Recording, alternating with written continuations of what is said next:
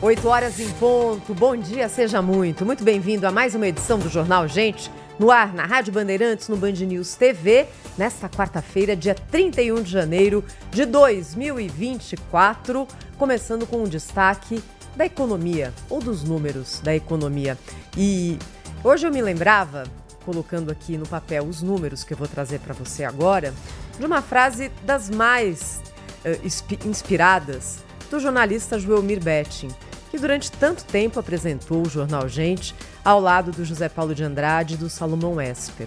O Joelmir era um grande frasista, não é? Ele tinha ali sacadas muito interessantes. E uma delas era a seguinte: estatística é a arte de você torturar números até que eles confessem.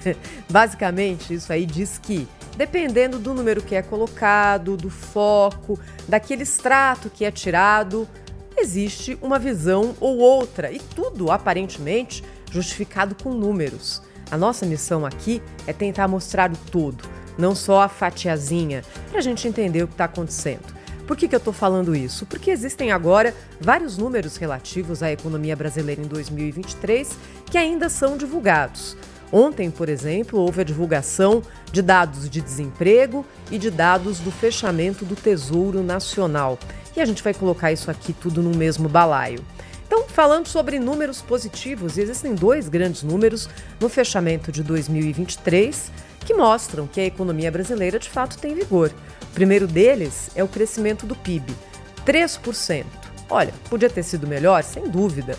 Até hoje, tirando aquele salto fora da curva no governo Lula 2, em que a gente cresceu 7,5%, nunca mais o Brasil repetiu esses números com cara de China. A gente fica ali em 1, 2, menos 1, aquela coisa. O PIB de 2023 deve fechar na casa dos 3%. O número oficial ainda não foi divulgado. Bem melhor do que a expectativa. E a inflação no Brasil também está sob controle. E isso é muito importante, que o digam os argentinos. Agora, existem outros números que estão sendo divulgados que não mostram esse céu de brigadeiro, não. Por exemplo, ontem foi divulgado o resultado final do CAGED, que é o Cadastro de Empregos Formais. Em 2023, foram gerados 1.480.000 empregos no nosso país. Uma queda grande em relação a 2022, 26%. 2022 teve a geração de mais de 2 milhões de empregos formais. Outro dado divulgado ontem é o resultado final do Tesouro Nacional. A gente está falando aqui de endividamento do setor federal. A dívida pública federal cresceu quase 10% em 2023, na comparação com 2022. Qual que é o endividamento público do Brasil hoje? Você está sentado, a gente vive falando aqui de milhões, bilhões, mas esse aqui é na casa dos trilhões. 6 trilhões e 500 bilhões de reais. E logo no começo dessa semana foi divulgado o déficit de 2023, 230 bilhões de reais, o segundo maior da série histórica, na casa de 2,1% do PIB. O governo se explica, diz o seguinte: olha, esse resultado é fruto da antecipação de pagamento de precatórios. Não tivéssemos pago essas dívidas, o déficit teria sido menor, 138 bilhões. O ministro da Fazenda, Fernando Haddad, com todos esses números e outros também em mãos, fala sobre as estimativas de crescimento para 2024. Vamos ouvir.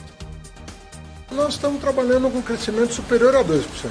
Nós entendemos que o Brasil tem toda a condição de crescer mais de 2% esse ano. E nós vamos tomar medidas para que isso aconteça. Né? Uma das coisas importantes que nós estamos falando com os bancos em geral e com os bancos públicos em particular é que o marco de garantias que o Congresso aprovou, a pedido do governo, com as alterações também encomendadas e que foram bem recebidas pelos parlamentares, isso vai mudar o padrão do crédito no Brasil, tanto do crédito imobiliário quanto do financiamento de veículos e bens duráveis em geral.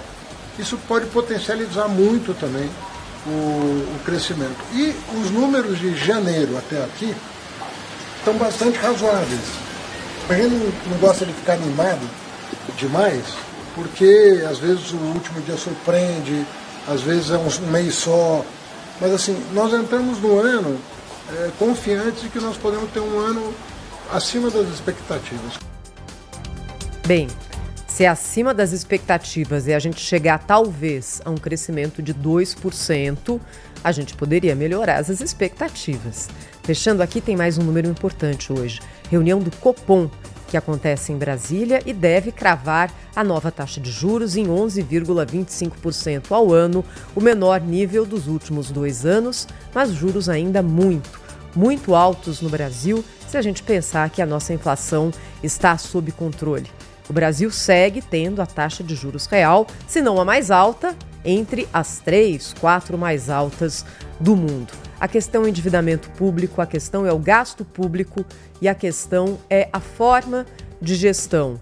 Quando o governo se planeja, coloca todas as fichas no aumento da arrecadação para conseguir cumprir metas e não no corte de despesas, a gente passa por uma corda bamba muito delicada. Já fizemos isso outras vezes aqui no Brasil e não deu certo. 8h06, direto agora de Brasília. Cláudio Humberto está chegando com um destaque ao vivo aqui